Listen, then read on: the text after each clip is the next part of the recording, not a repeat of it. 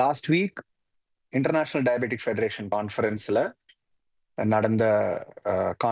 நடந்தது தான் இந்த ஸ்டடி வெளியிடப்பட்டிருக்கு.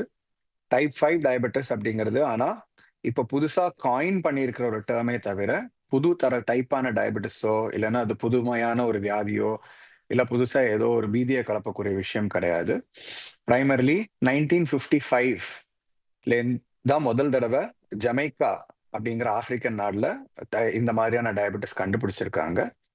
ஸோ இது வந்து மால் நியூட்ரிஷன், அதாவது உணவு பற்றாக்குறை. So low and middle income கண்ட்ரீஸ்ல சாப்பாடு தேவையான அளவுக்கு கிடைக்காத சோமாலியா, ஜமைக்கா அந்த மாதிரியான ஏரியாஸ்ல இருக்கிறவங்களுக்கு வர டயபெட்டிஸ். ஸோ இது குறிப்பிட்டும் low and middle income countries, Asian and African கண்ட்ரீஸ்ல இருக்கிற யங் மேல்ஸ், அதாவது யங் மேல்ஸ்ல காணப்படுற ஒரு வியாதி. பிரைமர்லி டைப் 1 டயபெட்டிஸ்னா நமக்கு என்னன்னு தெரியும், அதாவது completely there is no insulin production in the human body. Type 2 அப்படிங்கிறது இன்சுலின் ரெசிஸ்டன்ஸ், அதாவது இன்சுலின்ல உடம்புல இன்சுலின் உற்பத்தி ஆகுது, but the body resistance to insulin is very high. So நமக்கு வந்து சுகர்ஸ் அதிகமாக காணப்படுது. இந்த டைப் 5 அப்படிங்கிறது ப்ரீவியஸ்லி 1950s 1960ஸ்லாம் நம்ம என்ன அண்டர்ஸ்டாண்டிங் வாஸ் இதுவுமே இன்சுலின் ரெசிஸ்டன்ஸ் சம்பந்தப்பட்ட ஒரு டயபெட்டிஸ் தான் அப்படின்னு. 1990ஸ்ல WHO வந்து இதை mall nutrition related diabetes mellitus அப்படின்னு ஒரு பேர் கொடுத்திருந்தாங்க. பட் 1999 போல அவங்க இந்த கிளாசிபிகேஷனை ரிமூவ் பண்ணிட்டாங்க. ஏன்னா குறிப்பிட்டும் மால் நியூட்ரிஷன் ரிலேட்டடா இந்த ஒரு டயபெட்டிஸ் அப்படிங்கிற கான்செப்ட் இருக்கிற மாதிரி தெரியலங்கிறதுனால. பட் ரீசன்ட் ஸ்டடீஸ்ல they have re-termed or recoined this as type 5 diabetes அப்படின்னு. ஸோ இந்த டயபெட்டிஸ் நான் சொன்ன மாதிரி புதிய ஒரு விஷயம் கிடையாது, ஆல்ரெடி இருந்துட்டு இருந்ததுதான்.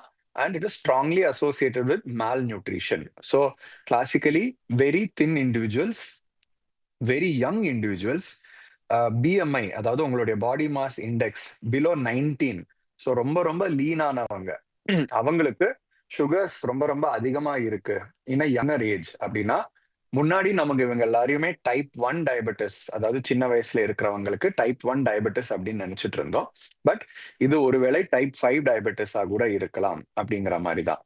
இது வந்து இந்தியால காணப்படுமானா, இந்தியால நரிஷ்மெண்ட் இல்லாத பேக்வர்டு ட்ரைபல் ஏரியாஸ் இல்லைன்னா backward class, lower socioeconomic ஸ்டேட்டஸ்ல இருக்கிற ரொம்ப மால் நரிஷ்ட் ஆன பாப்புலேஷன். ஸோ இது வந்து India, other Asian countries and African கண்ட்ரீஸ்ல காணப்படும் young lean individuals who have a body mass index of below 19. இதுதான் இதனுடைய catchy part of the new classification.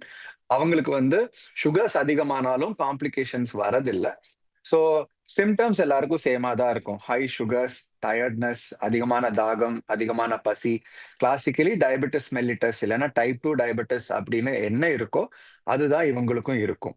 So இந்த பேஷண்ட்ஸை பொறுத்தவரையில டைப் 1 டயபெட்டிஸ் அளவுக்கு 0 லெவல் இன்சுலினும் இருக்காது, டைப் 2 மாதிரி அதிகமாகவும் இருக்காது. பட் உடம்புல இன்சுலின் ப்ரொடக்ஷன் வந்து ரொம்ப ரொம்ப கம்மியாக காணப்படும். ஸோ ட்ரீட்மெண்ட் அப்படின்னு பார்த்தீங்கன்னா நியூட்ரிஷன், அதாவது அவங்களுடைய சாப்பாடுல இன்னும் நிறைய புரோட்டீன் இன்க்ளூட் பண்ணணும், நிறைய ஃபைபர் இன்க்ளூட் பண்ணணும், அண்ட் மைக்ரோ நியூட்ரியன்ஸ். இப்ப நமக்கு தெரியும் கால்சியம், செலீனியம், மெக்னீசியம் அப்படின்னு மைக்ரோ நியூட்ரியன்ஸ் நிறைய இருக்கு, காப்பர். இதெல்லாமே ஆன்டி ஆக்சிடென்ட்ஸ் மாதிரி வேலை செஞ்சு டயபெட்டிஸ் கொஞ்சம் ஓரளவுக்கு ஹெல்ப் பண்ணும் அப்படிங்கிற மாதிரி ஸ்டடீஸ் எல்லாம் இருக்கு. ஸோ மைக்ரோ நியூட்ரியன் டெஃபிஷியன்சிஸ் அகற்றணும், அண்ட் புரோட்டீன் கண்டென்ட் இந்த ஃபுட்டை இம்ப்ரூவ் பண்ணணும், ஃபைபர் கண்டென்ட் இந்த ஃபுட்டை இம்ப்ரூவ் பண்ணணும். இதெல்லாம் தாண்டி முழுக்க முழுக்க இன்சுலின் மட்டுமே போட்டு அவங்கள ட்ரீட் பண்ண வேண்டிய அவசியம் கிடையாது. பட் இன்னும் கைட்லைன்ஸ் எதுவும் வரல. இப்பதான் இது ஒரு புது என்டிட்டியா ஃப்ரேம் பண்ணியிருக்காங்க. அடுத்த 2 வருஷத்துல இன்னும் இதை எப்படி ட்ரீட் பண்ணலாம் அப்படிங்கிற மாதிரி கைட்லைன்ஸ் வரும் அப்படின்னு எக்ஸ்பெக்ட் பண்றோம். பட் இப்போதே அண்டர்ஸ்டாண்டிங் வச்சு ஒரு mixture of tablets for sugar as well as some small dose of insulin வச்சு இவங்களை கண்ட்ரோல் பண்ணி சுகர்ஸை கண்ட்ரோல் பண்ணலாம் அப்படிங்கறத நம்முடைய அண்டர்ஸ்டாண்டிங். தேங்க்யூ.